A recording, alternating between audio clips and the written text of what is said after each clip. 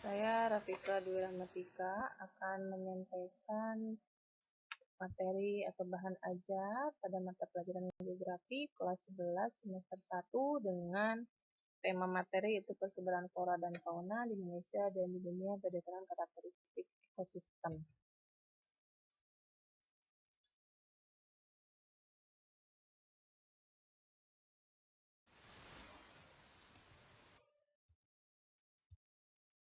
Di sini ada kompetensi dasar dan tujuan pembelajaran. Mana kompetensi dasarnya yaitu menganalisis sebaran flora dan fauna di Indonesia dan dunia berdasarkan karakteristik ekosistem.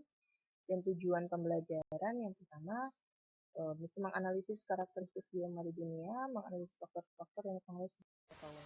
Ada pertanyaan, manakah tempat tinggal hewan dan tumbuhan? Kemudian apa itu biosfer? Untuk menjawab ini, kita harus mengetahui makna atau definisi dari biosfer itu sendiri. Biosfer terdiri dari kata bio yang berarti makhluk hidup atau hidup ya, dan sphere yang berarti lapisan. Jadi secara harfiahnya biosfer berarti lapisan tempat makhluk hidup atau organisme. Meliputi lapisan lingkungan di permukaan bumi, kemudian di air dan atmosfer yang mendukung kehidupan. Nah, di sini adalah lingkungan atau tempat tinggal organisme. Berikutnya, karena kita berbicara kaitannya dengan persebaran, maka poin utamanya adalah persebaran itu sendiri akan menyebar, kemudian sarananya, sarana persebaran, kemudian yang ketiga adalah hambatan persebaran atau faktornya.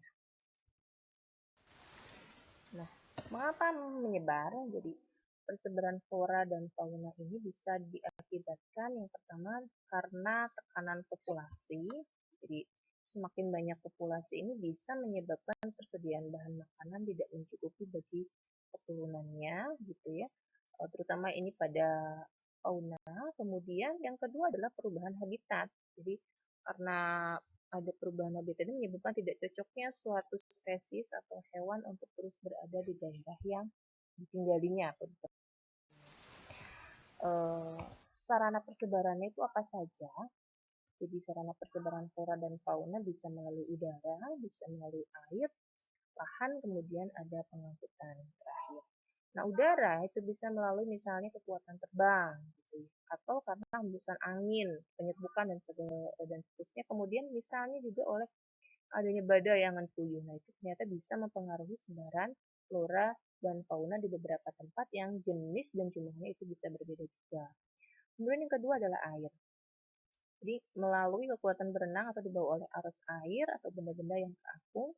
Kemudian yang ketiga adalah lahan, jadi adanya pergerakan satu spesies di daerah daratan. Kemudian yang terakhir adalah pengangkutan. Jadi poin utamanya tentunya oleh keterlibatan dari manusia baik secara sengaja atau maupun secara tidak disengaja, dan pada akhirnya biasanya itu pada keterlibatan manusia lebih kepada upaya konservasi.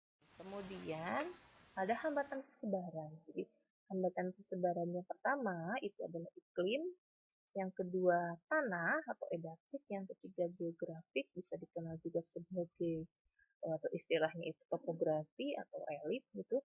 Kemudian yang keempat adalah biologis gitu. Kalau iklim berarti kan unsur-unsur yang terdapat pada iklim dan cuaca yang memang mempengaruhi sebaran flora dan fauna, misalnya suhu udara atau temperatur, tekanan udara, angin, curah hujan, kemudian kelembaban.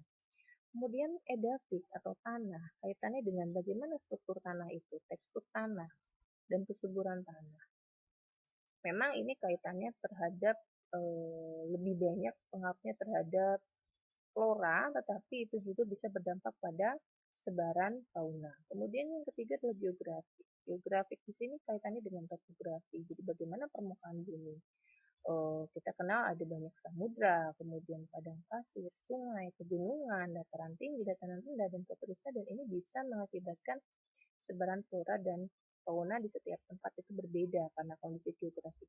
Kemudian yang keempat atau yang terakhir adalah biologis. Biologis tempat tinggal, habitat yang tidak sesuai lagi untuk kelangsungan makhluk hidup, sehingga ini bisa berdampak pada sebaran flora dan fauna.